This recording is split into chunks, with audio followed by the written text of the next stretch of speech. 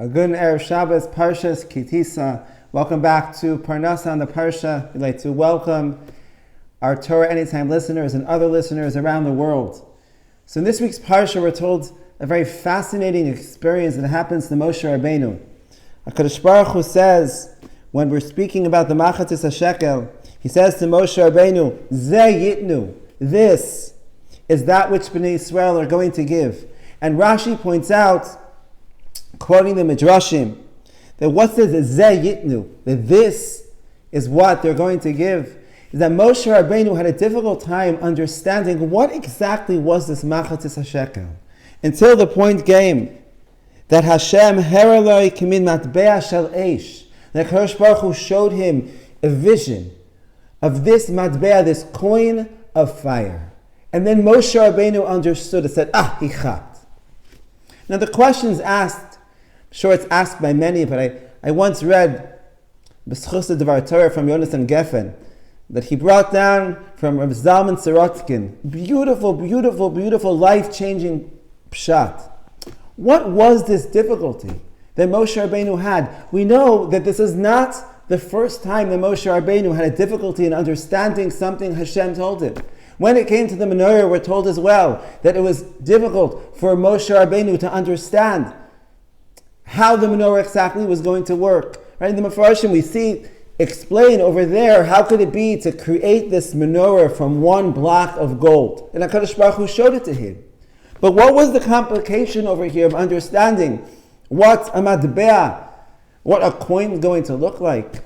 So it says Rav Zalman Sorotzkin, this beautiful idea. To understand what a coin is going to look like, okay, it's not so complicated. But really what Moshe Rabbeinu internally was struggling with was that how could it be that here in Parshat Ki Tisa, HaKadosh Baruch Hu is telling us, right, as we know, that this giving of the 𝗀𝗃𝗧 shekel was bringing an atonement for Bnei Yisrael. How could it be that atonement, kapara, is going to take place through what? Through geld, through money.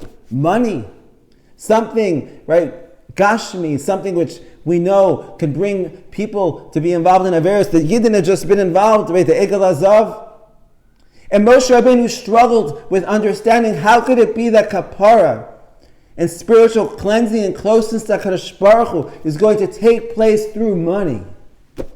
So it says, Rav Zalman Sorotzkin, that this is why HaKadosh Baruch Hu showed him a coin of 𝗧h𝗦. Why dafka a coin of fire? Because the message was that if we look at fire, you can say fire is dangerous. Right? When fire isn't contained, fire can bring tremendous destruction, as we know. But can we say that fire is something which is intrinsically evil? Would anyone say, right, that 𝗧h𝗦, fire, is bad? We know that fire is good. We know that within the koach, within the energy of fire, is able to bring life. Right? It enables us to be able to cook. It enables us to be able to experience warmth. 𝗧h𝗦 is something which is intrinsically positive. Yes, when it doesn't have the proper gedarim, when it's not controlled, when it's not guided, 𝗧h𝗦 could be terribly destructive. But it's not something which is intrinsically bad. So therefore, says Rav Sorotzkin, this is the answer HaKadosh Baruch Hu is giving to Moshe Rabbeinu. Because he struggled with understanding how could it be that dafka money is going to be used over here for kapara, he showed him a coin of 𝗧h𝗦 to tell him, Moshe Rabbeinu, what I want to get across to you is to understand it's true that zahav, right, and gold could be used for something which is bad. It's true that money could be used for something which is bad. But money isn't intrinsically bad. Just like 𝗧h𝗦 is something which can cause destruction, but it's something which brings life in the right context. Something like money, something like gashmius can bring kedusha. It can bring closeness to HaKadosh Baruch Hu. Such an important topic, fundamental, essential question that here in Work Inspired, in the space Medrash, that we're here together, we speak about all the time. How do we feel about money?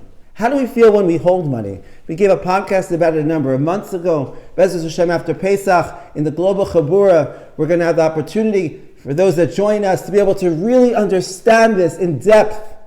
How do we relate to money, to earning money, to having money, to wealth, right, to gashmias? It's a topic that requires us to understand. But one message here we see in this parsha, the 𝗀𝗃 Baruch Hu is giving to us, the 𝗀𝗃 Baruch Hu is sharing with us, is that it's not the money which is the problem. Sometimes we can blame, especially if we're brought up in a society which gave across a message that said, more money equals happiness. More money equals quality of life. That perhaps we can say, money's bad. It's not the money. The message is, it's about the person. It's about our values. If we have strong values, if we have strong guidance, so then we're able to take 𝗧his, we're able to take this gashmius, we're able to take this money and to be able to use it as a vessel, as a kli, to bring tzvi to 𝗀𝗃 Baruch Hu. Give each one of us a bracha as we roll into Shabbos, right, to hear the words, right, to hear this conversation between 𝗀𝗃 Baruch Hu and Moshe Rabbeinu, and to recognize and to clarify for ourselves really how we relate to money, and understand that when we have the right values, we're able to use our money and gashmias, not just for good things, for amazing things, and tzvi with 𝗀𝗃 Baruch Hu. Have a good Shabbos.